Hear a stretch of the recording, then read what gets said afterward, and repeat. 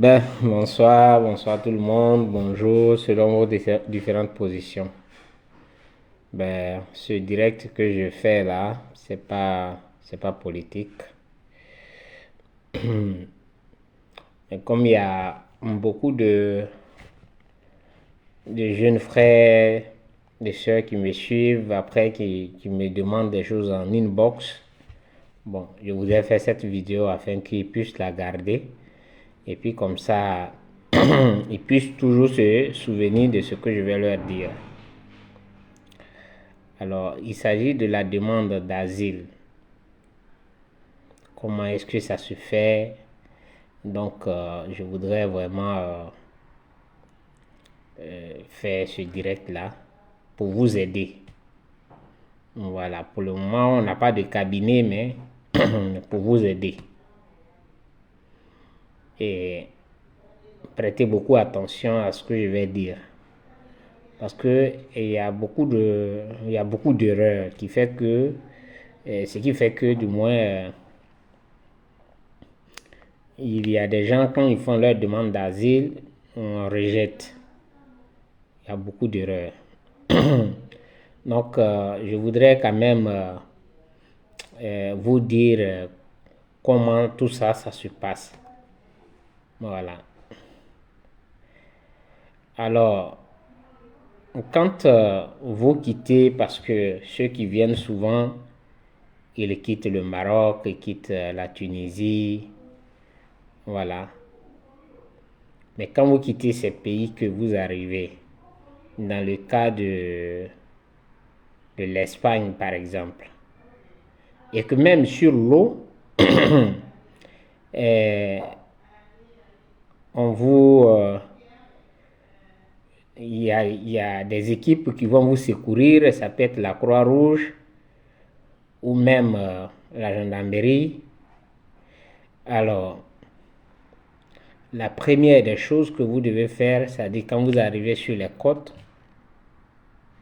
quand ils vont vous prendre, le lendemain, eux, si c'est la gendarmerie qui vous a pris, ils vont informer tous ces structures d'accueil. Je veux parler de la Croix-Rouge, je veux parler ici au niveau de l'Espagne, je vais parler de CEPAIM, je vais parler de AXEM et bien d'autres. Vous allez entendre ce nom-là. Vous allez entendre ça beaucoup. AXEM, Croix-Rouge, CEPAIM. Vous allez beaucoup entendre ça. Là où ils vont vous prendre sur les côtes là. Donc, quand vous arrivez, la première des choses, maintenant on ne sait pas si on vous garde en boîte, mais dans le temps-ci, alors vous faites au moins 48 heures. Mais avant de vous libérer, ils vont prendre toutes vos informations, c'est-à-dire votre taille. Ils vont vous prendre des photos de profil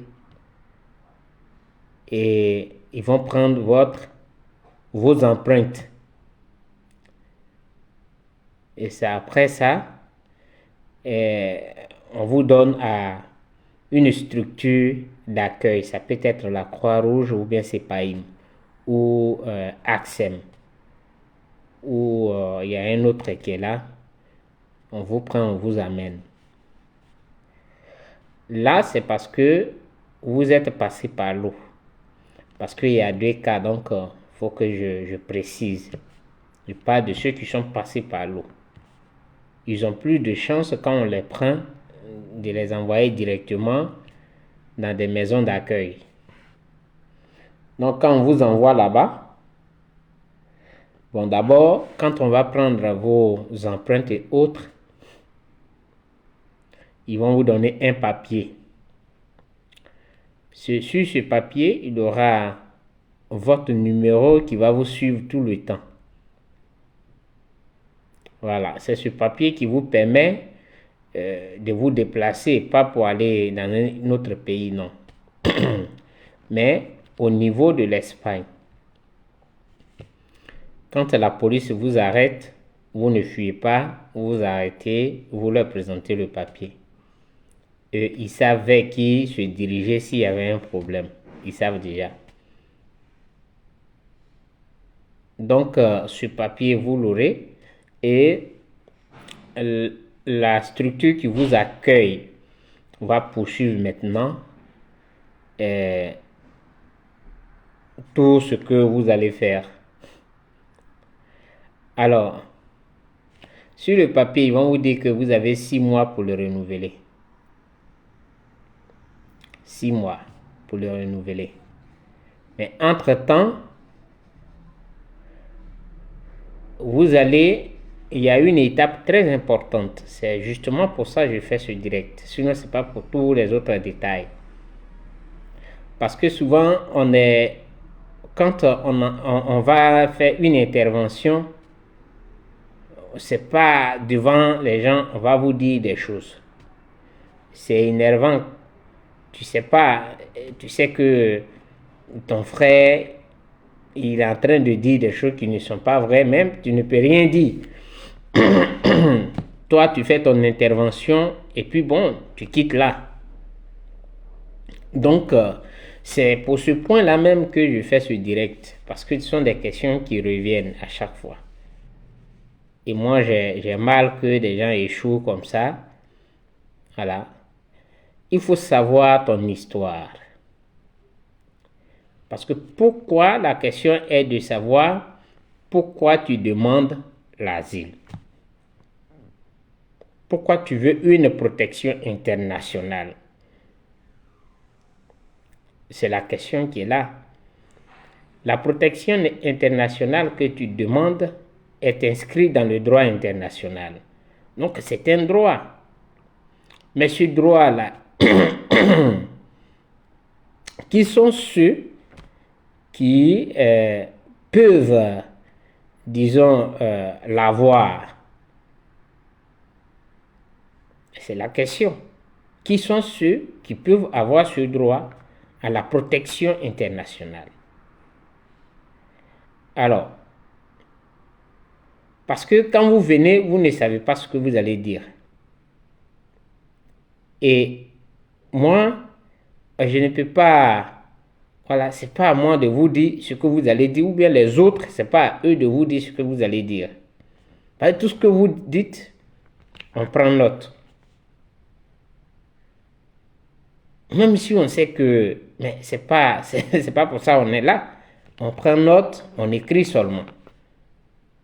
Ou on traduit ce que vous dites. C'est pas, donc c'est pas là on va dire quelque chose. Donc sachez votre histoire.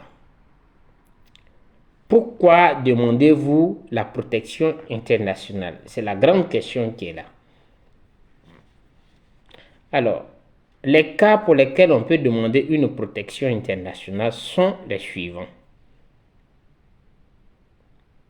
Le premier, vous pouvez demander une protection internationale lorsque il est de notoriété que dans votre pays, il y a la guerre ou le terrorisme. Par exemple, au Niger, au Burkina, au Mali. Mais ça ne s'arrête pas là. Ce n'est pas parce qu'il y a la guerre ou bien il y a le terrorisme dans votre pays que vous allez demander une protection internationale. Pourquoi je le dis? Votre pays, il est grand, il est vaste. Et donc, quand vous dites que dans mon pays, il y a le terrorisme, ils vont dire d'accord, il n'y a pas de souci. Mais vous êtes dans quelle partie du pays? Parce que ils ont les informations. Vous pensez qu'ils n'ont pas des informations? Non, non, non, non, non, non. Oui, bonsoir camarade Oiseau Blanc, comment tu vas? Ils ont les informations que vous-même, vous n'avez pas. Donc, on vous demande, vous êtes dans quelle partie du pays? Alors, si vous ne savez pas, où vous êtes, où il y a le terrorisme, là vous êtes en train de perdre les points. Maintenant, la question qui va venir, mais si vous nous parlez de Tillabéri, je prends le Niger par exemple, vous nous parlez de Tillabéri, mais est-ce qu'à Niamey, il n'y a pas de sécurité à Niamey? Il faudrait que vous trouviez là un argument solide. Parce que c'est pas là, moi je vais vous communiquer à l'oreille que non, dites ça, dites ça, dites ça. Non. Ça me fait mal. Je vais vous regarder, vous allez vous débattre. Nous, on prend note, on rend compte. Mais tu as mal. Parce que tu as prêté serment, tu ne veux pas dire devant les gens, c'est pas moi, je vais faire ton histoire pour donner. Donc, je donne ces exemples. Donc, quand tu dis qu'à Tillabéri, on sait qu'à Tillabéri, là-bas, le terrorisme a sévi. Mais ok, mais quand tu fuis Tillabéri, pourquoi tu n'es pas resté à Niamey? Est-ce qu'à Niamey, il y a le terrorisme? C'est à toi de savoir ce que tu dois dire. Oui, comment tu vas, Christelle, Poutine, son femme? Comment est-ce que tu vas? Merci, merci bien. Alors, donc à Niamey, il n'y a pas de terrorisme à Niamey. Là, il faut trouver une raison. S'il n'y a pas de terrorisme à Niamey, c'est à toi de trouver une raison pour défendre ce que tu es en train de dire. Parce que tu vas peut-être dire que oui, c'est vrai que les terroristes sont là-bas, mais peut-être que politiquement, ok, pas de souci. Politiquement, ça ne va pas avec les autorités actuelles et moi. Mais tu ne t'arrêtes pas là aussi. Comment ça ne va pas là? C'est ce qu'il faut dire. Est-ce que tu es persécuté? Est-ce que ta vie est en danger? Est-ce que tu es menacé? Vous voyez, quand on est face à ces questions-là, nous, on est là, on prend note. Et ils sont là, ils nous regardent, on est là, les caméras sont là. Je ne peux pas te dire, ah, faut dire ça, faut dire ceci, faut dire cela, même si j'ai quand même quelques réponses à te donner ou bien des idées à te donner, mais je ne peux pas à l'instant là. Et puis, une fois on sort, je ne peux pas aussi faire d'amitié avec toi. Quand je vais sortir, je vais te suivre ou bien tu vas me suivre. Non, c'est terminé. Bon, je fais ce direct pour ceux qui m'ont demandé, qui m'ont posé des questions en inbox. Je fais pour tout le monde. Vous enregistrez la vidéo, vous la gardez. Pour que vous puissiez savoir comment vous devez faire, vous, votre histoire. Oui, Lily, bonsoir, comment tu vas? C'est pour que vous puissiez savoir comment vous devez faire votre histoire. Donc ça, c'est au niveau du terrorisme. Au niveau aussi, s'il y a une crise politique dans votre pays, parce que ils veulent voir la cohérence dans ce que vous dites. La cohérence. Parce qu'il peut y avoir une crise dans ton pays, mais est-ce que cette crise-là, toi particulièrement, elle te touche? C'est la question qui est là. Il faut se préparer à ça d'abord, avant d'aller avant d'aller devant les policiers. Est-ce que toi, ça te touche, particulièrement toi? Et comment ça t'affecte?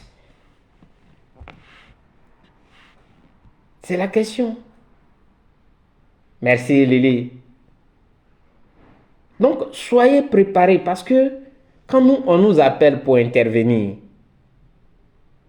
c'est pour une intervention, même si tu es mon frère, je ne peux plus rien dire là, je vais te regarder pour ne pas trahir déjà le serment que j'ai prêté. Je ne veux pas le faire. Même si ça me fait mal, je ne peux rien faire. Je fais ce que j'ai à faire, puis bon, je donne d'eau. Je vous donne ces pistes-là, et ça ne nous condamne pas, parce que on ne peut pas nous dire pourquoi vous avez donné. Non. Non. C'est parce qu'on n'a pas encore un cabinet.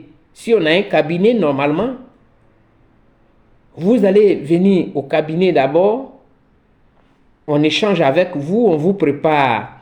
Et avant d'aller faire votre interview, on vous prépare d'abord, avant que vous ne partiez faire votre interview. Mais on n'a pas encore de cabinet. Si Dieu le veut, on l'aura. Donc, ça, c'est gratuit. C'est un service gratuit. Parce que ça me fait souvent mal qu'après, quand on vous rencontre dans les rues, ah, ça n'a pas marché, on m'a dit de quitter, on m'a dit que voilà, je suis dans une situation difficile. C'est difficile. Ici, c'est pas chez vous. Et quand on se met à votre place, ça devient difficile parce que quelqu'un qui n'est pas chez lui, ici, il n'y a pas oncle, il n'y a pas frère, il n'y a personne. Personne ne peut dire, viens, je vais te donner à manger. Il n'y en a pas. C'est rare. Et surtout, le problème de dortoir est très important. Le problème de dortoir est très important. Donc, je donne... Oui, bonsoir, camarade Raphaël, comment tu vas?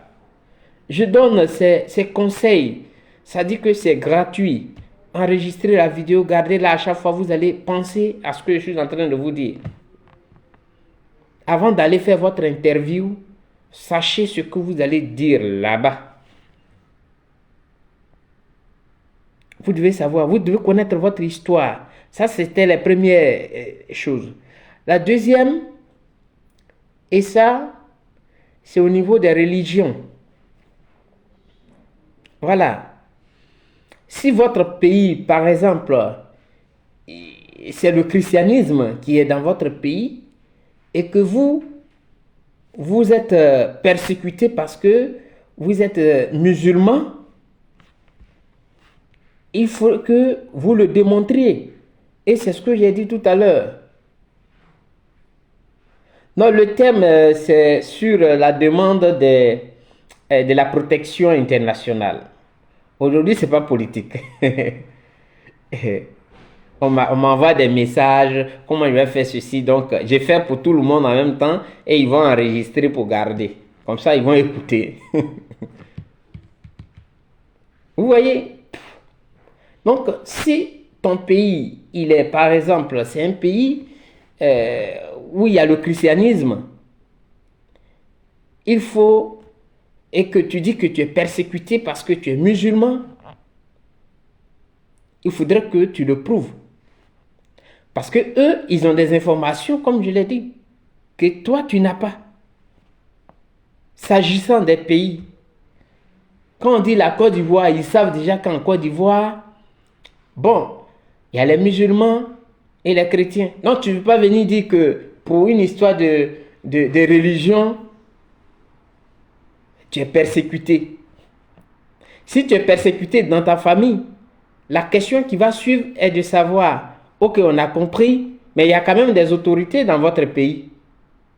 Est-ce que ce sont les autorités qui vous persécutent ou bien c'est votre famille qui vous persécute ou bien c'est dans votre région qu'on vous persécute? Pensez à ces questions que je vous donne, je vous pose. En même temps, je donne des réponses. Merci bien, camarade Raphaël. Alors, il va falloir que vous arriviez à prouver que vous êtes persécuté pour votre religion et que les autorités de votre pays ne font rien. Vous êtes allé plusieurs fois là-bas, mais ils ne font rien. Et donc, vous ne vous sentez pas en sécurité. C'est pourquoi vous avez quitté votre pays. La question qui va venir, pourquoi le choix a été porté sur Espagne, par exemple? Toutes ces questions-là. soyez prêts à vous défendre. Parce que le droit international vous permet d'aller dans n'importe quel pays. Donc là, n'ayez pas peur. Quand on va vous poser cette question, ne dites pas qu'on m'a posé la question, donc de suite, j'ai peur. Parce que si je dis que non, telle chose, j'ai peur. Non. J'ai choisi le pays parce que c'est là que je me sens en sécurité. Point. On ne peut pas dire, mais pourquoi tu nous as... Pourquoi forcément... Non, il ne peut plus rien dire. Tu as donné une réponse qui est claire. C'est ici que moi, je me sens en sécurité.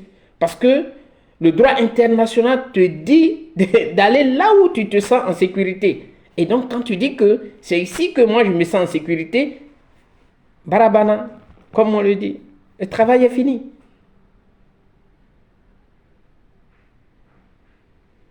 Vous comprenez?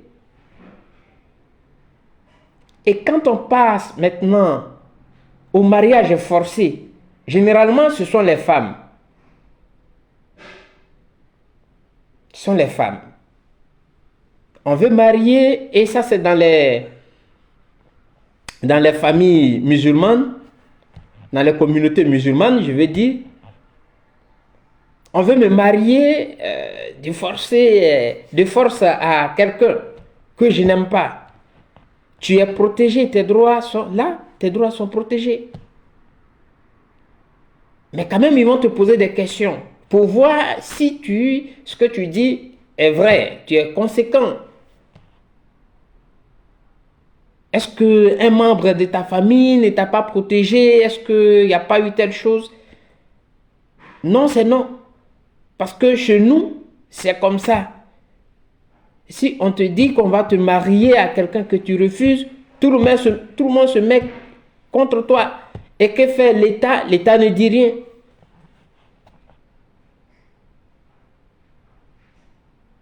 Vous comprenez? Parce que ne venez pas dire des choses que vous ne maîtrisez même pas. Quand on vous écoute, on est là, on transpire, parce que on voit que vous ne savez même pas ce que vous êtes en train de faire.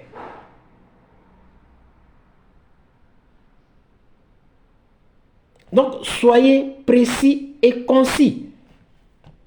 Mais surtout,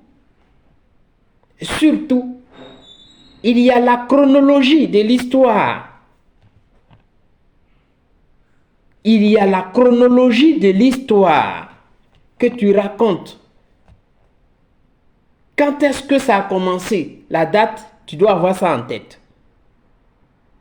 Si tu sais que tu ne peux pas te rappeler une date exacte, au moins, il faut dire que c'était entre tel mois, c'est-à-dire entre le mois de février et mars. Donc déjà, on ne peut pas te forcer de dire une date forcément. C'est fini. Tu as dit c'est entre février et mars par là. Et ils mettent février et mars, entre février et mars. De quelle année? Ça, tu es obligé. Parce que tu ne peux pas oublier l'année quand même. Il faut donner l'année. Mais si tu penses que tu es quelqu'un qui retient beaucoup les dates, alors tu peux dire les dates, mais il faut les retenir. Tu peux dire les dates, mais il faut les retenir parce que la confrontation, si tu n'as pas retenu les dates, on va trouver que tu n'es pas, disons, tu n'es pas crédible.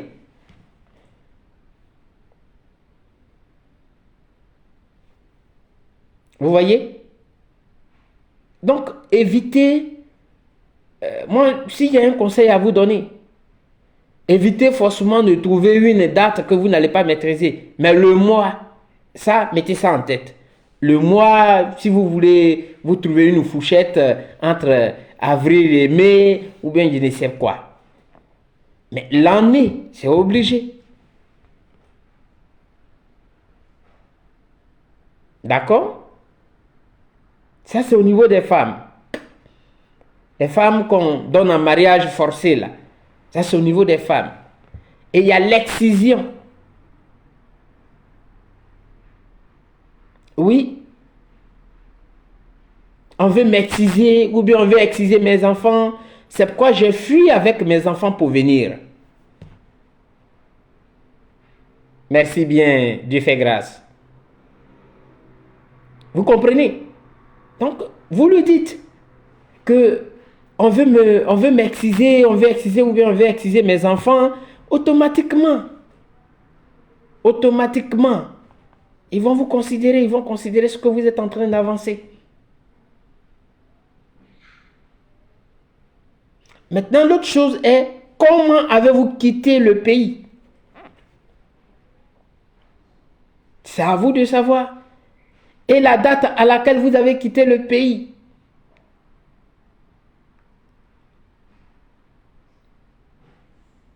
Si vous ne mémorisez pas la date, au moins, essayez de savoir le mois et l'année.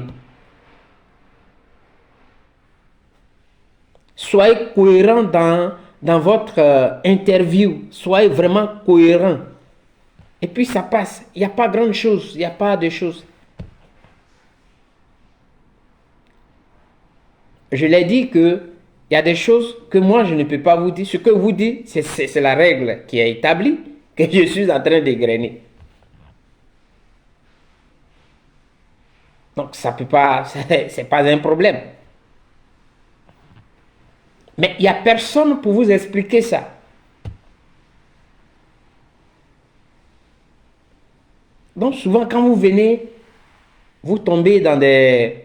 Voilà, après on vous refuse l'asile et après ça devient compliqué parce qu'il faut encore attendre des années avant de faire... Parce que normalement, quand vous êtes avec une association, mais quand on vous refuse l'asile, vous avez 15 jours pour faire appel. 15 jours pour faire appel. Voilà. Vous avez 15 jours pour faire appel. Après ça, et quand les résultats vont venir, la réponse va venir, alors, c'est que vous ne pouvez plus faire de recours. Je donne ces informations et c'est par là que j'ai commencé. On n'a pas encore un cabinet, mais si Dieu veut qu'on a eu un cabinet, vous n'allez plus me voir. Si je vous appelle, c'est pour vous dire que ici se trouve notre cabinet. Vous pouvez venir là pour qu'on puisse vous accompagner, vous orienter. Mais ce que je fais, j'ai reçu trop d'appels. Donc, je fais ça. Vous pouvez enregistrer la vidéo, vous la gardez, vous pouvez l'écouter à chaque fois pour ne pas que vous oubliez. C'est très important. Vous devez connaître votre histoire. Voilà. J'ai parlé de guerre, de terrorisme, de mariage forcé, de l'excision. Ce sont des termes qui, voilà, c'est ici que parle le droit international.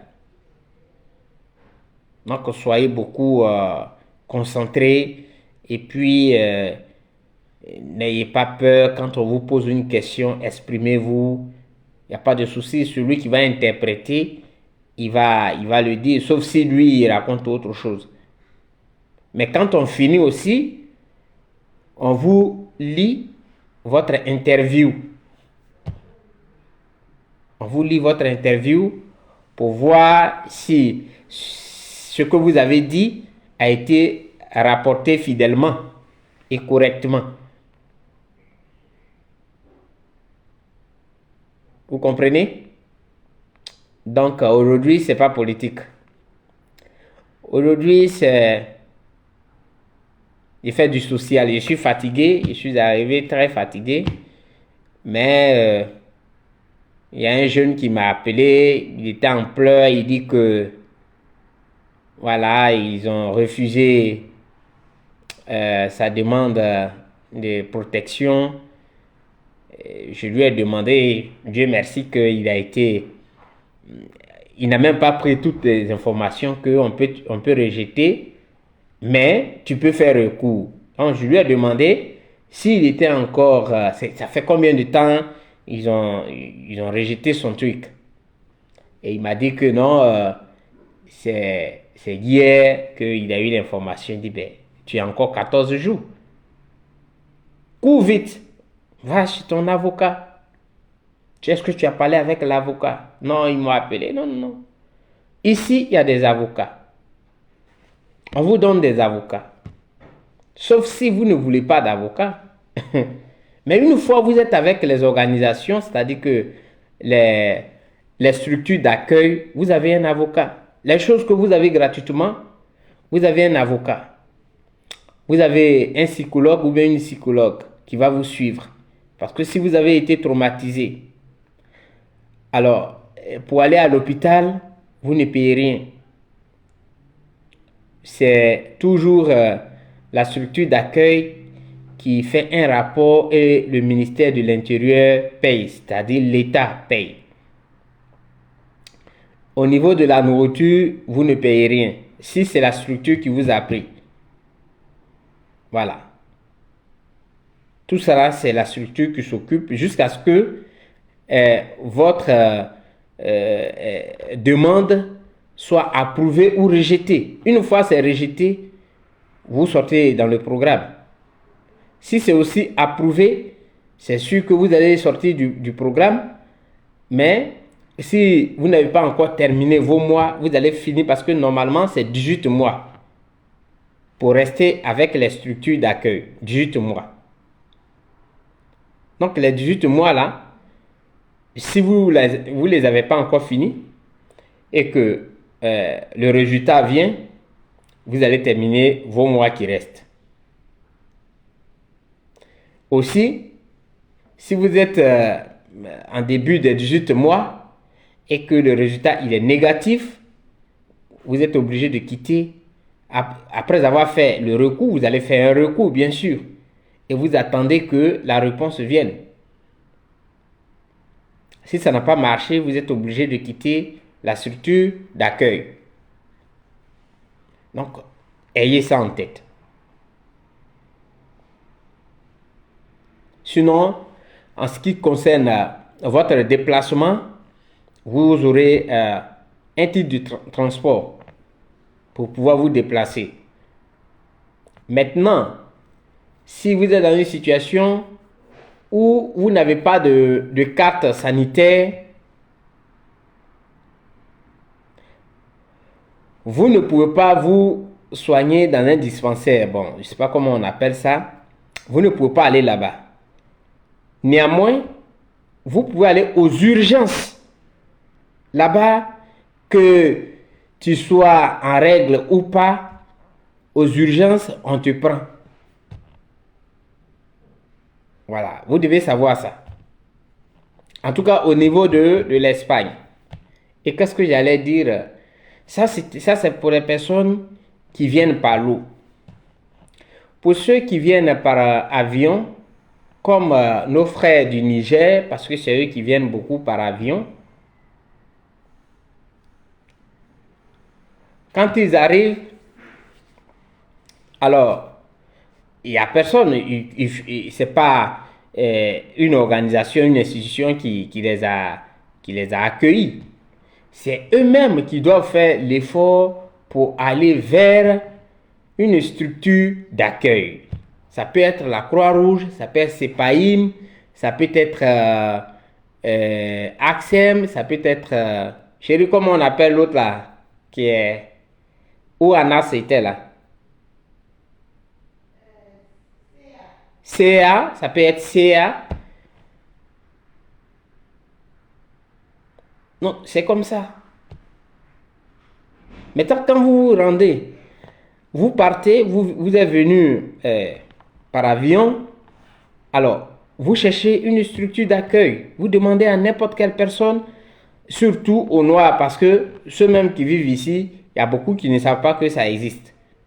Donc, vous vous adressez à un Noir. De suite, il va vous accompagner. Vous partez pour faire les formalités. Ils vont vous demander comment vous êtes arrivé. Vous allez dire, par exemple, je prends le cas des frères nigériens que j'ai plusieurs fois. Donc, je suis arrivé par où? Je suis arrivé à Madrid, mais comment vous avez fait pour venir dans cette ville? Bon, j'ai demandé où se trouvait la plus forte communauté de chez moi. C'est comme ça on m'a orienté ici. Donc des gens m'ont mis dans la voiture, j'ai demandé comme je ne connais pas, et je suis venu. Parce que il y a des gens là où se trouve leur communauté. Et ça c'est très intelligent d'ailleurs. Parce qu'il faut chercher là où se trouve ta communauté. Ils demandent, par exemple, où se trouvent les BT. Pour ne pas dire les Ivoiriens. Ils vont dire les Ivoiriens sont à Madrid. Donc quand vous arrivez, que si ce n'est pas à Madrid que vous êtes descendu, demandez à quelqu'un comment on fait pour aller à Madrid. Vous arrivez à Madrid, vous trouvez quelqu'un dans la gare, vous vous adressez à la personne. Alors si elle est gentille, elle va vous orienter. Et vous partez pour remplir les formalités. Directement dans une structure d'accueil, vous arrivez, vous posez le problème. Je suis venu par avion tel jour, bien quitté chez moi tel jour, je suis arrivé ici, j'ai dormi dans la rue, ils vont vous poser des questions. Vous avez dormi où? Qu'est-ce que vous avez fait? Est-ce que vous avez mangé? Est-ce que vous avez quelqu'un, vous êtes allé une fois dans une structure d'accueil? Si vous n'êtes jamais allé dans une structure d'accueil, vous leur dites non, j'ai jamais été dans une structure d'accueil. J'ai dormi à la gare pendant 2 jours, 3 jours, bien dans la rue. Et il y a quelqu'un qui, une bonne âme qui a accepté de me recevoir chez elle. Je suis allé là-bas, j'ai fait quelques jours, j'ai mangé. Mais voilà la situation parce que bon, voilà, c'est pas chez moi. Ils vont vous prendre. Et vous êtes en état d'urgence. On va vous mettre, parce que les questions qu'on va vous poser vont nous orienter. Si on doit vous mettre dans le cas de ceux qui sont dans des urgences, si c'est un cas urgent, c'est ce que je voulais dire. Et donc, si on voit que votre cas il est urgent, automatiquement, on vous met sur le truc pour que, voilà, les jours qui suivent, on puisse vous trouver un dortoir. Parce que vous ne pouvez pas rester dans la rue pour votre santé et votre protection. Vous ne pouvez pas rester dans la rue. On vous prend, on vous envoie dans un centre. Après, on ouvre maintenant votre dossier parce que là, vous allez d'abord dire que vous allez être dans le programme. Et directement, on commence on commence à remplir les papiers. Et quand on va finir, maintenant, on envoie ça au ministère de l'Intérieur. Et vu l'urgence, alors le ministère de l'Intérieur peut nous répondre s'il y a des places quelque part. Parce que la ville où vous êtes venu, nous, on peut vous prendre, par exemple. Mais c'est pour un moment. Et une fois le ministère de l'Intérieur envoie son OK, et s'ils voient que la ville où nous sommes, il n'y a pas de place, parce qu'ils vont checker d'abord. S'il n'y a pas de place, alors ils vont vous prendre pour vous envoyer dans une autre ville. Là, vous n'avez pas le choix. Quand vous refusez, c'est terminé, vous avez perdu votre chance. C'est pas parce que non, Digbé est là, je vais rester à côté de Digbé, donc je ne vais pas. Si tu dis que tu ne vas pas, c'est fini. Parce que tu n'es pas la seule personne. Donc, je donne ces informations pour ne pas que vous souffrez. Et moi, ça me donne de la peine, surtout ce jeune qui, aujourd'hui, m'a appelé. Ma grande, comment tu vas? Ce jeune qui m'a appelé, qui était en pleurs, mais je lui ai donné l'espoir, j'ai parlé avec lui. Je lui ai dit non, c'est un Nigérien. D'abord, c'est un Nigérien. Je lui ai dit non, tu n'as pas à pleurer. Tu n'as pas à pleurer parce que son cas est vraiment, difficile. Puisque sa mère a été tuée, son père a été tué, et un de ses frères qui ne sait même pas s'il vit ou s'il ne vit pas. Parce que chacun est allé dans la zone de Tilaberi, et chacun est allé dans son côté. Ceux que ces malfrats ont trouvé là-bas, hop, hop, hop, hop. Donc, il s'est échappé. Bon, il ne sait pas où ils ont mis sa mère, son père. En plus, son frère, il ne sait pas où il est. Donc, il a éclaté en sanglots quand il m'a appelé. J'étais obligé de lui parler que la vie, c'est comme ça. Qu'il prenne courage et je lui ai dit qu'il a 15 jours pour faire recours. Alors que dans son cas, qu'est-ce qui n'a pas marché? Comment ça s'est fait? Donc, j'ai pu parler avec lui et je l'ai rassuré. Il a dit, il faut rester tranquille et que tout va aller bien. Alors que son histoire, il ne sait pas qui a fait sa traduction, mais il ne sait pas. Donc, sûrement, demain, lui et moi, on va se voir pour aller rencontrer l'avocat et puis voir comment ça va se passer. Puis moi, mais je vais le dire ce qu'ils ont écrit parce que son histoire, je ne l'avais pas lu. Voilà. Et c'est ce que j'ai voulu dire. C'est ce que j'ai voulu dire. Enregistrer la vidéo, gardez-la pour que vous puissiez, ça puisse vous orienter. Voilà. Parce que c'est ce qu'on peut faire pour vous. C'est ce qu'on peut faire. Voilà. C'est ce qu'on peut faire. Donc, courage à vous. Et puis, bon, voilà. Et un dernier point que j'ai oublié. Vous savez, et ça me tient beaucoup à cœur. Parce que le noir, il se croit malin. Mais tu n'es pas plus malin que ceux-là. Non, faut oublier ça même. Et je vais te donner un exemple. Dans le temps, on dit quand tu viens en Europe, c'est facile. Oui.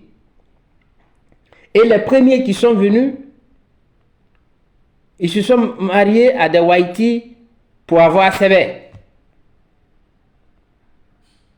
Quand ils ont eu les CV, ils se sont éclipsés. Oh, le Whitey, c'est pas Conan, c'est pas Yakuba, c'est pas Digbe qui néglige tout. Non. Aujourd'hui, tu peux l'avoir. Il ne dit rien. Tu peux refaire la même chose.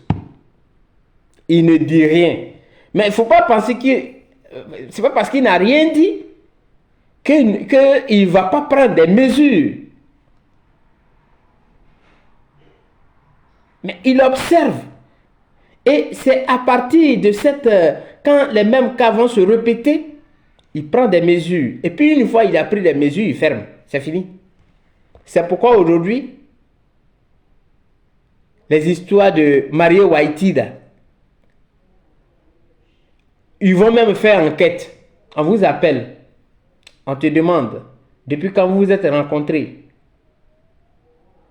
On vous pose des questions. Et séparément. Si ça ne coïncide pas, votre mariage n'aura pas lieu. Peut-être que vous pouvez faire ce que vous voulez, mais il n'y aura pas de mariage. Non, c'est pour dire quoi? Quand vous venez, que quelqu'un vous a dit quelque chose, que voilà comment j'ai fait pour avoir telle chose, il faut réfléchir. Oui, il t'a dit quelque chose, mais toi, utilise ta tête. C'est ça. Il faut utiliser ta tête parce que eux, quand la même chose se répète, ça se répète, déjà ils commencent à soupçonner quelque chose. Et donc ils posent les balises. Et là, je me réfère à nos frères qui sont venus du Niger. Mais je ne vais pas tout dire ici. Voilà. Quand on vous dit quelque chose, ou quelqu'un fait quelque chose, vous trouvez autre argument, pas le même argument qui va devenir une clé passe-partout. Parce que quand même, ils ne sont pas bêtes. C'est ce qu'il a voulu dire. On peut vous dire quelque chose, mais votre propre intelligence, il faut que votre propre intelligence vous aide. Alors, j'ai suffisamment expliqué. Je voudrais vous dire bonne nuit. Si vous avez noté quelque chose, Dieu merci, enregistrez la vidéo et à chaque fois vous allez l'écouter. Je vous remercie. Je suis fatigué. Donc, allez, bonne nuit. Oui, Magat, au revoir. Comment tu vas? J'espère que tu vas bien. Bon, maintenant, la vidéo est finie, c'est là que tu es venu. Ok, que Dieu te protège. Et puis bon, une fois encore, mes condoléances les plus attristées. Beaucoup de courage à toi.